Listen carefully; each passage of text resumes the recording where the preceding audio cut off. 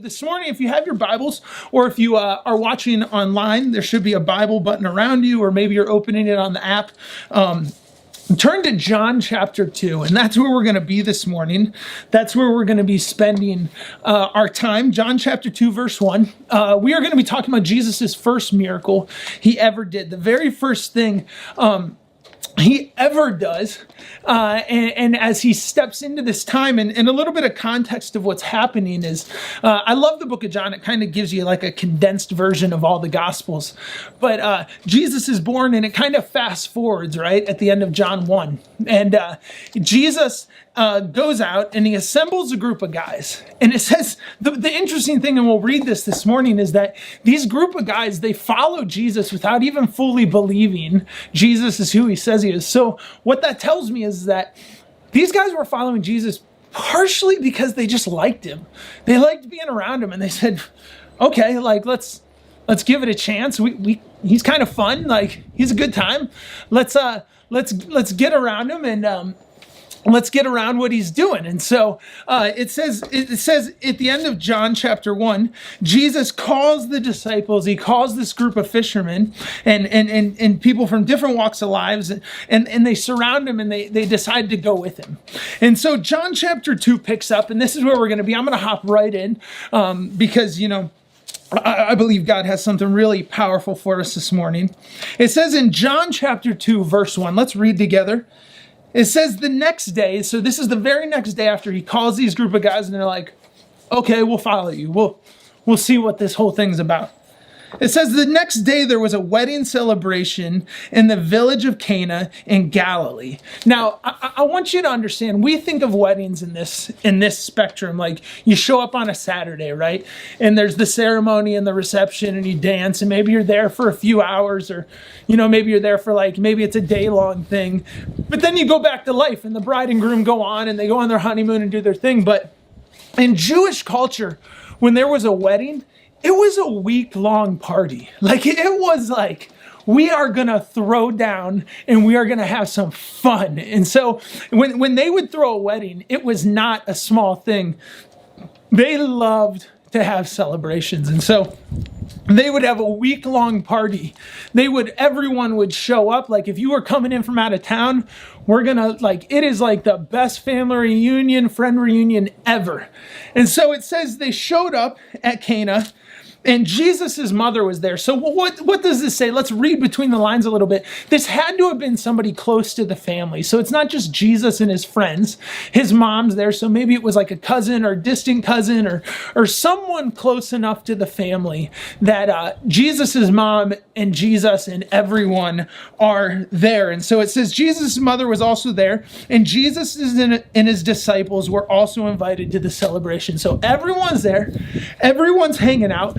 What we know about this from the other Gospels, from the other context of the story, is they're about 2 days into the celebration, a week-long party.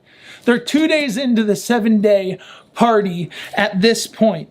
And so it says in verse 3, the wine supply ran out during the festivities, so Jesus' mother told him they have no more wine. So what's happening here is, I want you to imagine you're having a New Year's Eve party, just to give you a practical context. You're having a New Year's Eve party, and 10 minutes into the party, somebody didn't go to Costco, and you run out of all the food. 10 minutes in. If my wife said, Brent, you're in charge of food, we're throwing a party, and everyone that we know is coming, and 10 minutes in we ran out of food, I would be in so much trouble. Oh my gosh, I would be buying food from everywhere, any food I could find, like Taco Bell for days, all the party boxes. And so they are 2 days into this, and the wine runs out. People, they drink wine. They ran out. They were gone, out of it dry. These people went too hard right off the bat. And it says the wine supply ran out. So Jesus' mother tells him they have no more wine, which is significant. We'll get to in a second. Jesus replies, dear woman, that's not our problem. My time has not come yet. Jesus is very bold in the way he speaks to his mother. If I responded to my mother, dear woman, That's not my problem. Would not go well. But Jesus says, my time has not come yet. But his mother told the servants, do whatever he tells you to do. Again, significant, we'll talk about in a minute. Standing nearby were 6 stone water jars used for Jewish ceremonial washing. Each could hold 20 to 30 gallons of water. These are big jugs, huge, 20 to 30 gallon jugs. Jesus told the servants, fill the jars with water. When the jars has been filled, he said, now dip some out, take it to the master of ceremonies, take it to the person in charge of hosting, of making sure everything happens at this wedding. So the servants followed his instructions. Verse 9, when the master of ceremonies tasted the water that was now wine, not knowing where it had come from, though of course the servants knew, he called the bridegroom over. We are live. The wind is blowing my pages. He called the bridegroom over. In verse 10, a host always serves the best wine first. Then when everyone has had a lot to drink, he brings out the less expensive wine. That is a party hack for y'all. Bring out the good food first, let the people get the fancy food, and then as the party goes on, you bring out like nacho chips and, Taco Bell at the very end. So he says everyone brings out the good wine first and then the less expensive wine at the end later. But you have kept the best until now. Verse 11, it says, the miraculous sign at Cana in Galilee was the first time Jesus revealed his glory. And his disciples believed in him. After the wedding, he went to the Capernaum for a few days with his mother, his brother, and the disciples. So what we see here is that this party is going on. They run out of wine. Jesus doesn't want to do the miracle, but ends up doing the miracle. And he says he turns these 30-gallon jugs of water into wine. And everybody is amazed by what happens. It says even here in verse 11, the miraculous sign at Cana was the first time Jesus revealed his glory. And it says even his disciples began to believe in him. Right here. So up to this point, no one fully knew who Jesus was. No one fully knew the power that he had.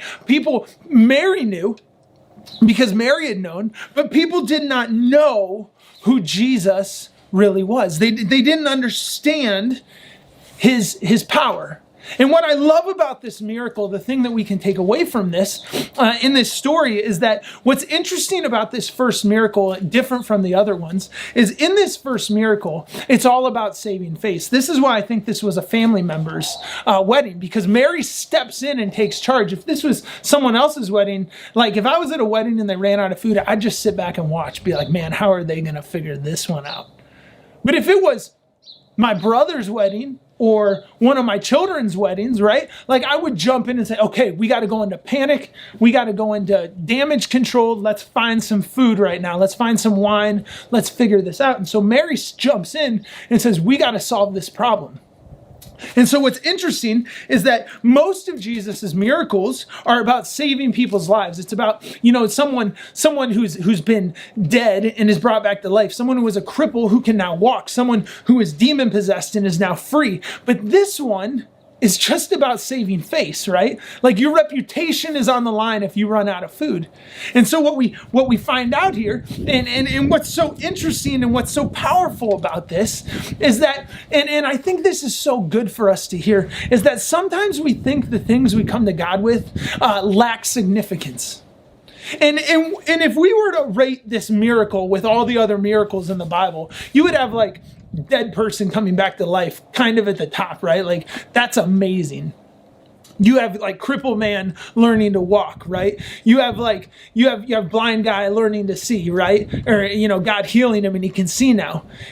All the way at the bottom, you would have like you had a party and ran out of wine and Jesus turned the water into wine. Like still amazing, but that's like Las Vegas magic show, not like dead man coming back to life. Like, I want you to think about that. And what we learn, what we can take from this is that God cares even about what we would say is insignificant. Like, we would view this as an insignificant problem. Like, man, that stinks, but people aren't dying right now, right? And God in his goodness says this is the opportunity, right? Like if I was planning Jesus's life, this isn't where I would plan for him to reveal himself, was at a wedding where they ran out of wine. But God understands there's a depth to this story. There's something significant for us today. And so what we can take is that God cares even about the little things. God cares about your prayers. God cares about what you're offering to him. The miracles that maybe you need in your life that you don't think are important, God finds great significance in. He sees great opportunity with. And so if we're going to dive into this story, there's a couple things. There's an interaction between Jesus and his mother that is where I want to kind of hang out today. It's where I want to kind of spend a few moments, and I think it's where God is going to challenge us this morning. I believe he has a word for you. And so in verse 3, it says, the wine supply ran out during the festivities. So Jesus' mother turns to him and says, they have no more wine. What Mary is actually doing, because Mary knows that Jesus is the Son of God, is she's kind of calling Jesus out. Jesus has all this power of heaven in him that he hasn't really tapped into yet. And Mary's like, I know who you are and I know what you can do. And so she turns to her son and says, the wine is gone. Come on, Jesus, do your thing. Come on. Let's go. Right? It's like playing pickup basketball and having LeBron James on your team and he's just dribbling the ball down the court and passing it off and you're getting hosed. And all of a sudden you're like, come on, LeBron, turn on LeBron James time. Let's smoke these guys. And Mary's turning to Jesus like, come on, Jesus. I know who you are and no one else does. Let's do this. See, up to this point, Jesus is around 30 years old at this point. And up to this point, for the last 30 years, Jesus was known for one thing. I mean, we have stories of him, getting lost from his parents and telling people in the synagogue who God is. But other than that, we don't know much about Jesus' younger years. The one thing that we know is that he was trained to be a carpenter, just like his father. And so for 30 years of Jesus' life, for longer than we have in the Bible, we have about three years recorded of Jesus' life in Scripture. For 30 years of his life, he was a cabinet maker. He was a table maker. He made rocking chairs. He was a carpenter. He cut up wood and made things for people. That's what we know of Jesus for 30 years. And so everybody at this party, whether they're friends, family, whoever they are, they know Jesus as Jesus the carpenter. Jesus, my cousin, is rolling in, carpenter Jesus, hanging out. And so it wasn't that Jesus didn't know what he could do. We know that Mary knew who he was. We know that Jesus knows that he's Jesus understands who he is, but his identity is tied up in being a carpenter. And Mary sees the opportunity in this moment when Mary calls Jesus out and says, there's no more wine, let's go, Jesus. She is seeing a divine opportunity for Jesus to step into the purpose that God had made him to be. It's for him to say, you're not just a carpenter. I know, it's time for people to know you are more than just a cabinet maker. You are more than just someone who makes rocking chairs or tables. Jesus, people need to know you're the Son of God. People need to know that you're the Messiah that they have been waiting on, right? She's like, let's go, let's do this, let's show everyone. It's time for you to step in to this purpose. During quarantine, like most of you, I've been watching a lot of movies. I think everybody has. Thank God for Disney Plus, right? We can do a virtual hands in the air if you love some Disney Plus or Netflix or whatever you're binge watching right now. But Disney Plus has been awesome. All the Disney movies, everything. I am a sports movie junkie. I love sports movies. Remember the Titans? One of the greatest sports movies of all times. You will be celebrating and crying within 5 minutes. It's the best. I love sports movies. And I was watching a movie called Invincible on Disney Plus. Some of y'all have seen it with Mark Wahlberg. It's a true story. And in the movie, it's about a man named Vince Papale, who was a teacher who lost his job. And in the 70s, lost his job, became a bartender, his life was a complete train wreck. And he would play like backyard football with some of his friends. Well, in the 70s, the Eagles were horrible. And they weren't very good. And so they decide, in order to like boost up morale in the city, they were going to hold open tryouts, knowing like no one's going to be any good. And so they hold these open tryouts, and Vince's friends are like, Vince, you need to go try out. Like, you're good. And he's like, no, I'm not. Like, I'm a loser. Like, I'm not going to try out. And then they begin to push him and say like, no, dude, like you can do this. You are more than what you think you are, right? And so they begin to push him. Similar to this story that we're reading in John, like Mary is pushing Jesus, saying like, there's something in you. There's something, people need to know how great you really are. And so Vince's friends are like, people need to know, like, go and try out. And you can watch the movie, but he ends up going and trying out. And through a course of events, he ends up making the Eagles team. And from 1976 to 1978, Vince Papale was a member of the Eagles team. The NFL team, the Eagles. He was a teacher who lost his job, a bartender, who becomes a professional football player. And he would have never became what he was made to be. He would have never stepped into that purpose if he would have just sat back and said, this is just my job. This is who I am. And Jesus in this story, Mary's calling him out because she's saying, like, Jesus, people need to not view you as just a carpenter. They need to know the power that God has put in you. And so the verses continue on. And I love Mary in this story because Mary is so significant in this miracle. Mary is so significant in what's happening. In verses 4 through 5, Jesus begins to push back a little bit. So Mary begins to nudge him, and Jesus pushes back. He says, dear woman, that is not our problem. My time has not come yet. But his mother told the servants, do whatever he tells you to do.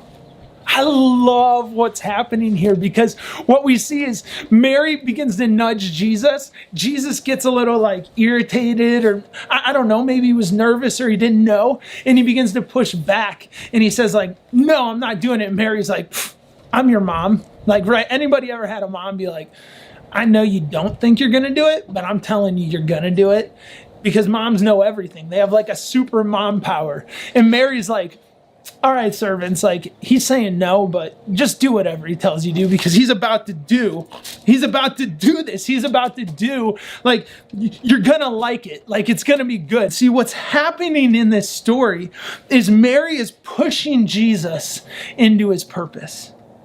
Like, can you imagine being the mom of the Messiah and Mary's pushing Jesus and saying like, Jesus, you can do this. Like, it is time.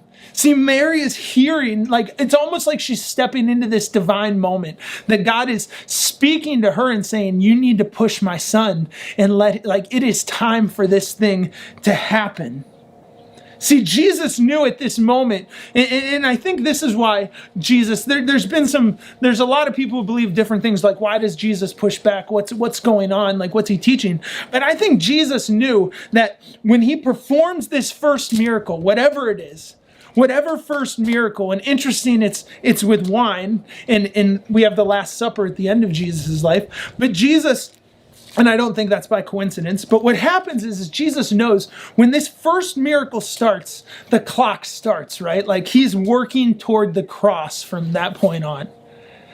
And so Jesus, the clock is clicking, and Mary knows, and Jesus is kind of like, I don't know if this is the right moment, like whatever. But Mary in that moment knew that the Lord, that God had ordained this time, that there was a significant moment that it was happening. And God uses Mary as a voice in Jesus's life, right? Like, a voice in the Son of God's life. God uses Mary to push Jesus into his purpose.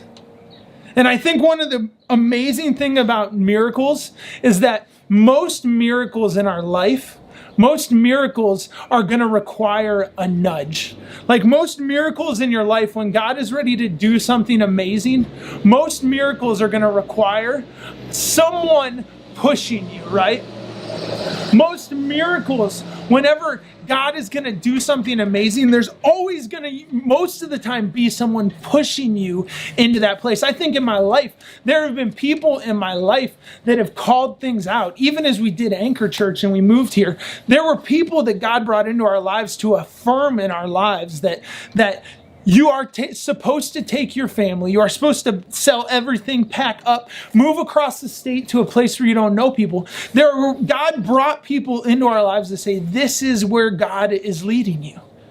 And whenever God is going to do something great, there's a nudge that happens. We need people. And in this moment, Jesus needed Mary. I mean, and I know he's the Son of God and he's all powerful and maybe he was working some master plan, but God uses Mary in this moment to say, Jesus, the time is now. And Jesus, it's interesting, Jesus doesn't fight with her anymore. She says, servants, do whatever he tells you to do. And Jesus kind of says, okay, and falls into it. He falls into what God had planned, and he performs this miracle, and they turn this water into wine. But I think there's two takeaways from this passage. There's two things that I want to challenge you with this morning that I think God is speaking to us. The first thing is, and this is the first takeaway from these couple verses, is that you are more than the job that you do right now. You are more than just a teacher. You are more than just a student. You are more than just a mom, right? We can look at our lives and not feel like we have significance, or we don't feel important right now, or you might feel like the role that you're doing isn't that great, right? Like I'm nothing. And I think what we can take away from this story is that Jesus, up to this point, was just viewed by people as a carpenter, but he was truly more than that. And God uses Mary as a prophetic voice to call Jesus into his purpose, to call Jesus toward what God had designed him to be.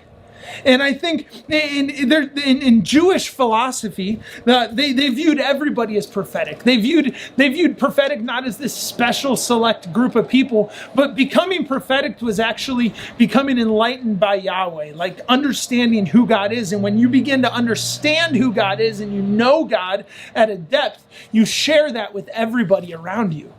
And so God is actually using Mary, who knew Jesus was the Son of God, as a prophetic voice to say, Jesus, it's now time to step into the calling that I've designed, that I've made you for. This is your moment. Some of you got to realize, like, God has put you in a position to disciple your children right now, to disciple your neighbors, to disciple your friends, to be a voice of God, to have an impact on your community, on the people around you. And so the first thing is you are more than just the job you do right now. And the second thing is, and this is the second question, is who is God putting in your life to nudge this season? Who is God putting in your life to nudge this season? And the other side of that coin, is who has God sent into your life to nudge you? Who has God given you right now in the midst of this? Who is pushing you toward holiness, toward an understanding of who God is? And are you resisting it? Are you receiving it? Or are you fighting back? Because what we see in verse 4 is Jesus at first resists Mary's nudge. She begins to push him, and he pushes back. He says, no, I don't think it's right. And he resists it. But then Mary, knowing that God was ordaining this moment, continues to push, and Jesus begins to receive it. Jesus receives the nudge, and he steps into this holy moment. And I think what we can take from this is that right now, even in the midst of this, God is giving us opportunity. God is giving us opportunity to nudge people toward holiness, to sharpen one another. The Bible says, as iron sharpens iron, so do I. That's how we sharpen each other toward holiness and an understanding of God. And God, we are in a season of sharpening. And I think it's so important for us to receive it. It's so important for us to give it, that we need to press into relationships. I think the greatest miracle isn't the water and the wine in this story. It's that Jesus listens to the voice, that God takes his mother and he steps into this calling. And it says at the end of it, people understood, people saw Jesus for the glory that God had put on him. People saw Jesus for who he was. People saw Jesus for who he was going to be. I think we need to realize right now that God has given us opportunity in the midst of this. And this is where I want to go with this series. This is where I want to challenge us to look at these stories in a different way. That God has given us opportunity. That we're not going to waste this time of social isolation. We're not going to waste this COVID-19 pandemic and just sit around feeling sorry for ourselves and woe is me and I can't wait till we get out. But we're going to see there's opportunity in the midst of it. Some of you need to realize that God has given you a prophetic voice into your kids' lives and into your friends' lives. But he's also given you an opportunity to nudge people toward him, to nudge people toward holiness, to nudge people into his presence. And so, church, I just want to challenge you this morning as we look at John chapter 2. What opportunities has God given you? Maybe who in your life is nudging you? Maybe who in your life is God kind of pushing, who has God brought into your life to kind of push you toward his presence? And are you receiving it? Or are you pushing back? Are you receiving the sharpening that's maybe happening? Or are you pulling away from it, right? Because it wasn't until Jesus turns and says, okay, I'm going to trust this voice. This is my mother who knows God, and I'm going to listen, that he steps into this moment and he steps into his calling. And so I just want to challenge you this morning, wherever you are, that God has made you to be more than you think you're capable of. And God has also given you opportunity to push other people into his presence. And so wherever you are, maybe you feel insignificant. And I want to tell you that Jesus loves you, that God has a purpose for you, that God has a purpose even in the midst of this, that you're more than just a job, that your life has great significance, and that God wants to use you in the midst of this. And then I want to encourage you just to receive that nudge. Receive wherever God is pushing you. Sometimes it hurts. Sometimes it's painful. Sometimes we don't like it. Sometimes we don't think we're capable of it. But God is pushing us all toward holiness, even in the midst of this.